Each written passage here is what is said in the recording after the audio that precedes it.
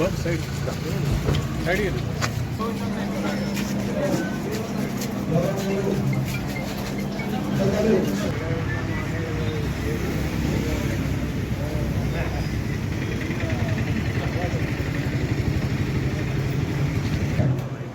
Sir ఇట్లా article కార్మికుడు ఇంకేం సంస్థలు అమ్ముకొని పనిచేసాడు, కనీసానికి ఇవాళ రిటైర్మెంట్ అవుతాడు, వాళ్ళ ఫ్యామిలీకి ఒక 2 షాంబర్లు ఒక షీల్డ్ ఇస్తే ఏమైతే సార్ అన్నప్పుడు ఒకటే నిమిషంలో సార్ మేము ఆ నుంచి చాంబర్ ఇచ్చి దిగబోతుకి ఆయన పేరు మీద షీల్డ్ 2 షాంబర్ గౌరవ మన సీఎండి గారికి మీరు అందరూ ఒకసారి చప్పట్లు పెట్టి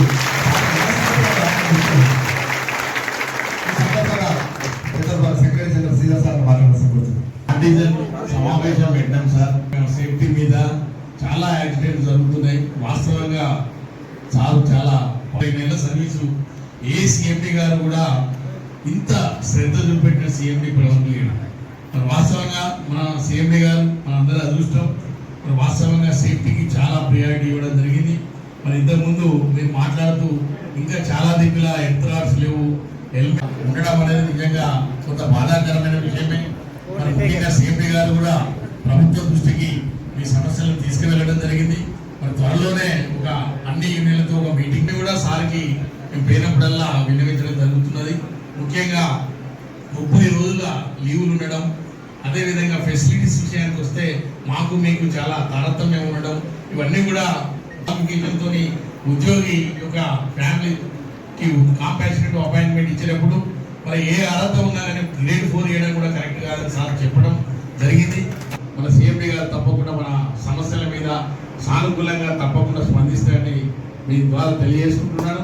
మరి ముఖ్యంగా సార్ వాళ్ళకు న్యాయంగా స్టాండింగ్ ఆర్డర్స్ ప్రకారంగా రావాల్సినటువంటి గ్రేడ్ చేంజెస్, అదేవిధంగా ఒకే సంస్థలో 2 సర్వీస్ రూల్స్ ఉండద్దనేది మా వాదన, వీళ్ళ వాదన ఉండడం జరిగింది. దాని మీద మేము లీగల్గా కూడా ఛాలెంజ్ చేయడం జరిగింది. మరి ముఖ్యంగా సంస్థలో ఒకే సర్వీస్ రూల్స్ ఉంటే అందరు ఎంప్లాయీస్కి న్యాయం జరిగే ఫెసిలిటీస్ ఎక్కువ వచ్చి వాళ్ళ ప్రమోషన్స్ వచ్చే అవకాశాలు కూడా చేస్తూ 9వ సంవత్సరంలో అడుగు పెడుతున్నారు వీళ్ళు. మరి తప్పకుండా ఈ 9వ సంవత్సరంలో వీళ్ళ సమస్యలు పరిష్కారం కావాలని ఆర్టిజన్ కార్మికుల రాష్ట్ర స్థాయి సమావేశం ఏర్పాటు చేయడం జరిగింది. మరి ముఖ్యంగా ఈరోజు ఆర్టిజన్ అపాయింట్మెంట్ అయ్యి ఈ రోజుతోనే 8 సంవత్సరాలు పూర్తి చేసుకొని 9వ సంవత్సరంలో అడుగు పెడుతున్నారు.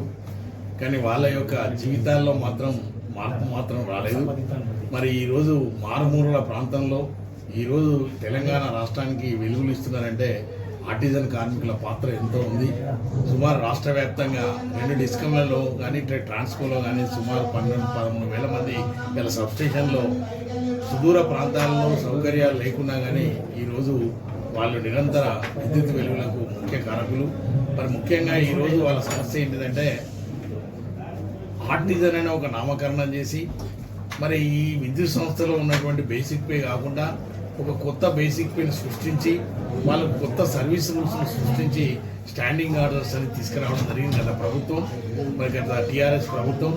మరి ఆ ప్రభుత్వం మీద కూడా మేము పలు దఫాల ఉద్యమాలు చేయడం జరిగింది. మరి ఇప్పుడు ప్రజాప్రభుత్వం కాంగ్రెస్ ప్రభుత్వం వచ్చింది.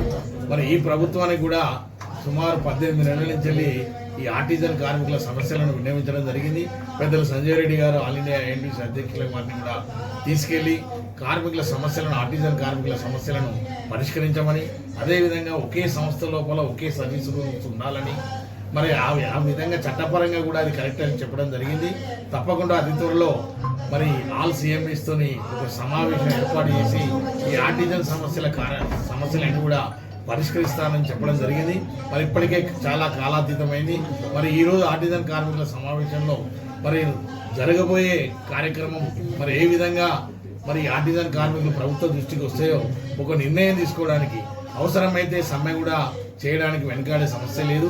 మరి ప్రభుత్వం ఇప్పటికైనా తక్షణమే స్పందించి మరి ఆర్టిజన్ కార్మికులకు న్యాయమైనటువంటి సర్వీస్ రూల్స్, ఏపీఎస్సీ రూల్స్ ఇస్తే వీళ్ళందరూ కూడా కన్వర్షన్ కావడానికి అవకాశం ఉంటుంది విద్యా అర్హతలను బట్టి. మరి తప్పకుండా ఆ ప్రభుత్వం ఒకే సంస్థలో ఒకే సర్వీస్ రూల్స్ ఉండాలి.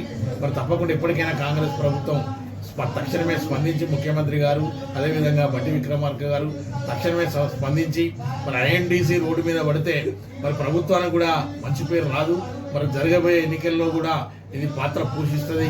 మరి తప్పకుండా ఎప్పటికైనా ప్రభుత్వం యాజమాన్యాలు తక్షణమే స్పందించి ఆర్టిజన్ కార్మికుల గ్రేడ్ చేంజ్ కానీ ఏపీఎస్సీ రూల్స్ ఇప్పించడంలో కానీ అదేవిధంగా కన్వర్షన్ ఇప్పించడంలో కూడా తగిన పాత్ర పోషించాలని తక్షణమే వీళ్ళ సమస్యలు పరిష్కరించాలి. లేని ఏడల తప్పకుండా భవిష్యత్ కార్యాచరణ నిర్ణయించి మరి సమ్మె నోటీస్ ఇవ్వడానికి కూడా యాజమాన్యానికి వెనుకాడేది లేదు. మరి ఇప్పటికే ప్రభుత్వాన్ని మరొకసారి విజ్ఞప్తి చేస్తున్నాం, తక్షణమే ఆర్టిజన్ కార్మికుల సమస్యలు పరిష్కరించి 23,000 మంది జీవితాల్లో వెలుగులు నింపాలని మరి ముఖ్యమంత్రి గారిని మరి అదేవిధంగా మరి ఏదైతే విద్యుత్ శాఖ మంత్రి ఉప ముఖ్యమంత్రి గారు బట్టి విక్రమార్క గారిని కూడా కోరడం జరుగుతుందని మీ ద్వారా మరి తప్పకుండా తక్షణమే స్పందించి ఆర్టిజన్ కార్మికుల సమస్యలను పరిష్కరించాలని మీ ద్వారా తెలియజేసుకుంటున్నాం. మీరు సంఘటనలు ఏదంటున్నది మరి యాజమాన్యం సమస్యలు పరిష్కరించిన తర్వాత మరి కార్మిక సంఘాలకు సోపు కాదు ధర్నాలు చేయడం కానీ సమ్మె చేయడం కానీ న్యాయమైనటువంటి సమస్యలను పరిష్కరించినప్పుడు ఇండస్ట్రీలో ప్రశాంతత అనేది తప్పకుండా ఉంటుంది. ఇలా ఐఎన్టీసీ అంటే ఒక డిసిప్లిన్ ఆర్గనైజేషన్, భారతదేశ వ్యాప్తంగా అత్యధిక సంఖ్యలో ఉన్నటువంటి కార్మిక వర్గం ఏదంటే అది ఐఎన్టీసీ. 4 కోట్ల మంది మెంబర్షిప్ ఉన్నారు. ఇలా ప్రపంచవ్యాప్తంగా ఎంతో గుర్తింపు ఉన్నటువంటి సంఘం. 70 సంవత్సరాల నుంచి ఈ విద్యుత్ సంస్థలో అనేక విజయాలను సాధించినటువంటి ఐఎన్టీసీ మరి తప్పకుండా 1కి 10 సార్లు యాజమాన్యం దగ్గరికి ప్రభుత్వం దగ్గరికి వెళ్తున్నాం. మరొకసారి సంజయ్ రెడ్డి గారిని ఆల్ ఇండియా ఐఎన్టీసీ గారిని తీసుకెళ్లి ఈ సమస్యల మీద కనుక తక్షణమే స్పందించకపోతే మాత్రం తప్పకుండా కార్మిక సంఘంగా మా హక్కుల కోసం మేము రోడ్డు మీద పడే పరిస్థితి ప్రభుత్వం కానీ యాజమాన్యం కానీ తీసుకురావద్దని మీ ద్వారా తెలియజేసుకుంటాం.